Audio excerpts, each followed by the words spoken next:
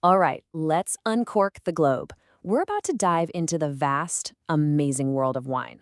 From vineyards that have been around for centuries to some really cool modern upstarts, we're going to find out where our favorite wines actually come from. So let's get into it.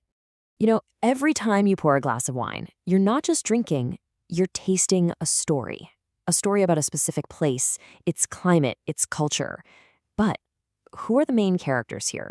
Who are the real power players shaping what ends up in our glasses?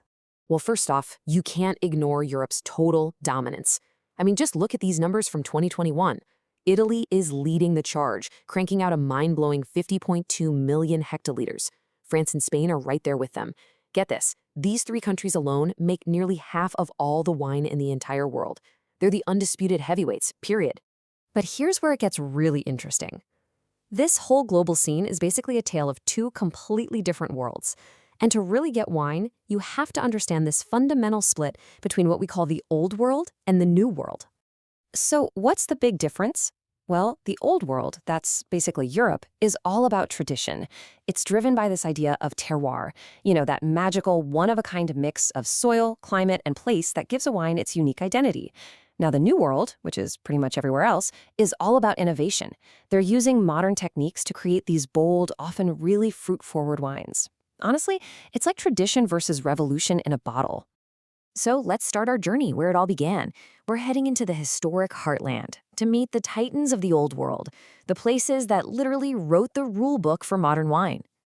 And at the very center of the Old World, you've got two giants. On the left, there's France. For ages, it's been seen as the global benchmark for quality. And on the right, you have Italy, this incredibly prolific and diverse producer, with vineyards that stretch all the way from the Alps right down to its sunny Mediterranean islands. Let's zoom in a little closer on France. This is the home of legendary regions that are absolute household names, right? Bordeaux, Burgundy. These places gave us some of the world's most famous grapes, from big, bold Cabernet Sauvignon to delicate, elegant Pinot Noir. It's the sheer variety of climates and soils here that makes French wine so complex and, frankly, so revered. And then you've got Italy's just incredible scale. We're talking over 700,000 hectares of vineyards. The variety is just immense. Seriously, they make every style of wine you can possibly imagine. But if you're gonna remember just one grape, make it Sangiovese. It's the heart and soul of so many of those classic Italian reds. Okay, time to switch gears. Let's leave tradition in the rearview mirror for a minute. We're hopping across the globe for a rapid-fire tour of the innovators, the rising stars of the New World. First stop, the USA. And let's be honest, when we say American wine, we're pretty much talking about California.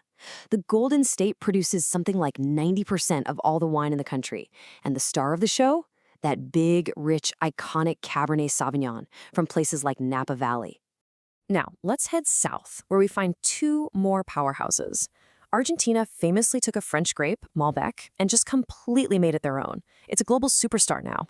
And right next door, you've got Chile, tucked between the Andes and the Pacific, and it has become a go-to spot for fantastic and often fantastically affordable Cabernet Sauvignon. Okay, let's jump all the way across the Pacific to Australia. This is a land of big, bold flavors, which makes perfect sense with its warm, dry climate. The icon here is definitely Shiraz, especially from the Barossa Valley. It produces these incredibly powerful, intense red wines that are famous all over the world. Our final stop on this whirlwind tour is South Africa. Now, this is a country with a really deep wine history. We're talking back to the 17th century.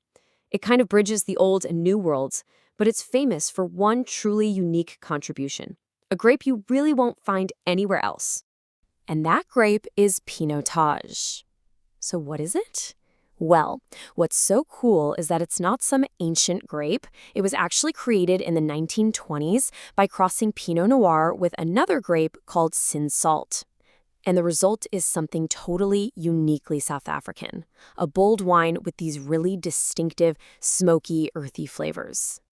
So we've gone all over the map, right?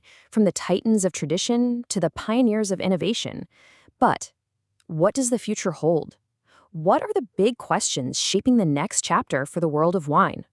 Look, it doesn't matter if your vineyard is in France or Australia, no one is immune to the pressures of the modern world. Climate change is literally shifting where grapes can even grow, the market can be wildly unpredictable, and you've always got changing government regulations to deal with. And what all this means is that those clean lines we drew between the old and new worlds, well, they're starting to get pretty blurry. Winemakers everywhere, from Bordeaux to the Barossa Valley, are having to adapt. They're trying new things, experimenting with different grapes and techniques, all just to keep thriving in a world that is constantly changing. And that leaves us with a really fascinating question to ponder. The wine map as we know it today isn't set in stone, not at all.